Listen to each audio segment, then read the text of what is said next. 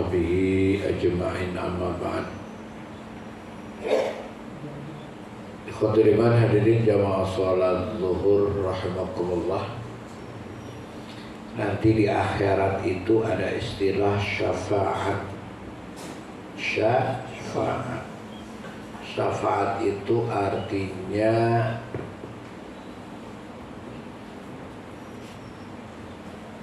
merestui.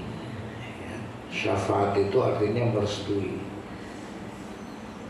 atau memberikan sesuatu yang bersifat meringankan, dan itu milik siapa? Milik Allah Subhanahu wa ta'ala, miliknya Allah. Cuma ada orang-orang yang diberikan hak oleh Allah Subhanahu wa ta'ala untuk memberikan merekomendasi supaya dapat syafaat. Jadi bukan memberikan syafaat sebenarnya, merekomendasi kepada Allah untuk memberikan syafaat. Yang pertama adalah Rasulullah Sallallahu Alaihi Wasallam. Yang pertama itu Rasulullah diberikan hak oleh Allah untuk memberikan syafaat. Umpamanya ada orang bermasalah, dia mestinya masuk surga tetapi masih kurang kredit poinnya. Kemudian Rasulullah membantunya, ya Allah, ini orang udahlah diringankan saja agar masuk ke dalam surga. Rasulullah yang mengajukan rekomendasi itu, Kemudian Allah Subhanahu wa ta'ala akan memberikan Nah, cuma bagaimana supaya Rasulullah Sallallahu Alaihi Wasallam mau merekomendasikan itu? Nah, makanya ada jalannya, diantaranya banyak-banyaklah bersolawat kepada Rasulullah Sallallahu Alaihi Wasallam, Kemudian mengikuti sunnahnya. Ada juga kemudian meningkatkan kecintaan kepadanya. Jadi orang yang cinta kepada Rasulullah nanti itu menjadi asbab, menjadi sebab Rasulullah untuk memberikan rekomendasi syafaat, gitu. Kalau bahasa orang dulu apa namanya? Kete belece, kata orang dulu zamannya kakek Ahmad gitu minta kete belece itu maksudnya ada surat pengantar, Sekarang nggak ada tuh yang minta kete belece sama apa? Kenapa? Iya, biar nggak dibayar, biar nggak bayaran gitu. Wah, surat dong. Suratnya kemana? Iya, kete belece. Nah, dulu tuh begitu. Nah, yang kedua para mujahid, mujahid itu juga diberikan hak oleh Allah untuk memberikan, rekomendasi agar seseorang mendapatkan syafaat daripada Allah Subhanahu wa ta'ala. Bahkan itu mujahid itu diberikan hak untuk 70 orang. Jadi orang yang mati syahid, mati berjuang di jalan Allah, diberikan hak, untuk memberikan syafaat kepada 70 orang. Artinya diberikan hak kepada Allah. Nih, siapa yang kamu mau beri syafaat? Itu mujahid. Makanya satu tadi kepada Rasulullah, kita harus hati-hati dan baik-baik. Yang kedua kepada para mujahid. Ini pejuang, ente bully, Pejuang di jalan Allah maksudnya, bukan pecundang, Pejuang di jalan Allah, orang yang bicara tentang kebenaran, membela agama Allah, Nah, itu jangan karena mereka itu bisa jadi nanti mereka matinya, memberikan syafaat kepada 70 orang. Nah, 70 orang itu siapa? 70 orang, ya bisa jadi mertuanya, bisa jadi orang tuanya, bisa jadi temannya, bisa jadi tadi orang yang menyenanginya. Mertuanya dikasih nggak kira-kira? Tergantung, kan? Mertuanya pro sama musuh, gitu, ya kan? Nah, mertuanya jangankan di akhirat, di dunia saja, ya, bisa berseberangan, gitu.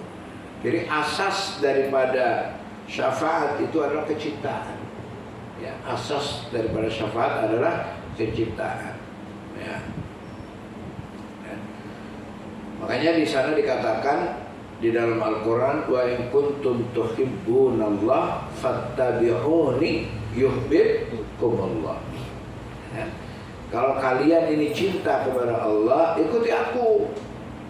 Ya. Nanti Allah mencintai kamu.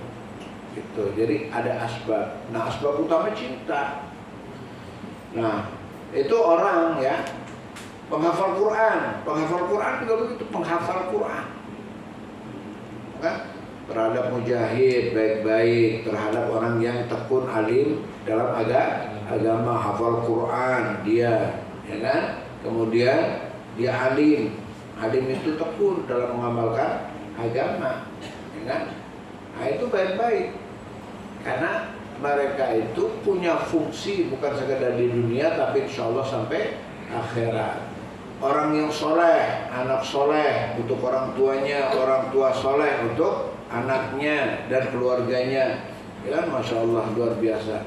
Jadi intinya kepada orang-orang yang baik-baik, yang taat kepada Allah, kita harus menunjukkan dan memberikan kecintaan. Nah, ya.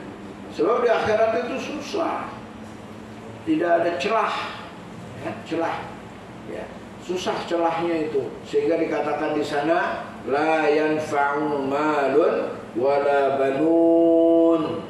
Ya, nanti di akhirat itu harta nggak kepake, keluarga tidak kepake. Illa man atallah biqalbin salim, kecuali orang yang datang kepada Allah meninggal dengan hati yang bersih, yang selamat, tidak musyrik, cinta kepada perjuangan, banyak amalnya dan dan sebagainya. Nah, cuma ada dua amalan. Amalan juga bisa. Ya, jadi bukan orang saja, bukan makhluk, tapi amalan. Salah satu contohnya hadis Rasulullah SAW yang menyabdakan, Iqra'ul Quran, bacalah Quran. Bagaimana bentuk bacaan Quran sampai mencintai Quran? Bukan sekedar baca, bukan, tapi sampai mencintai Quran. Bagaimana mencintai? Sampai mengenal Quran. Bagaimana mengenal Quran? Sampai memahami maksud dan tujuan Quran. Tapi kalau masih ada Quran kok kayaknya gini ya, ya, kayaknya nggak adil nih, kayaknya nggak bijak nih. Nah, sampai berpendapat begitu atau menyelisihi Al-Quran, nah itu tidak. Jadi Iqra'ul Quran, bacalah Quran. Innahu ya'ti yaumal qiyamah syafi'an li ashabih. Ya.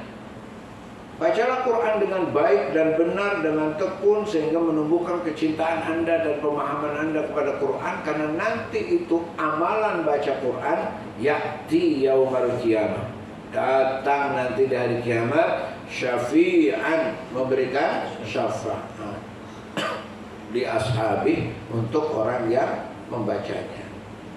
Ya. Tuh, Quran, amalan.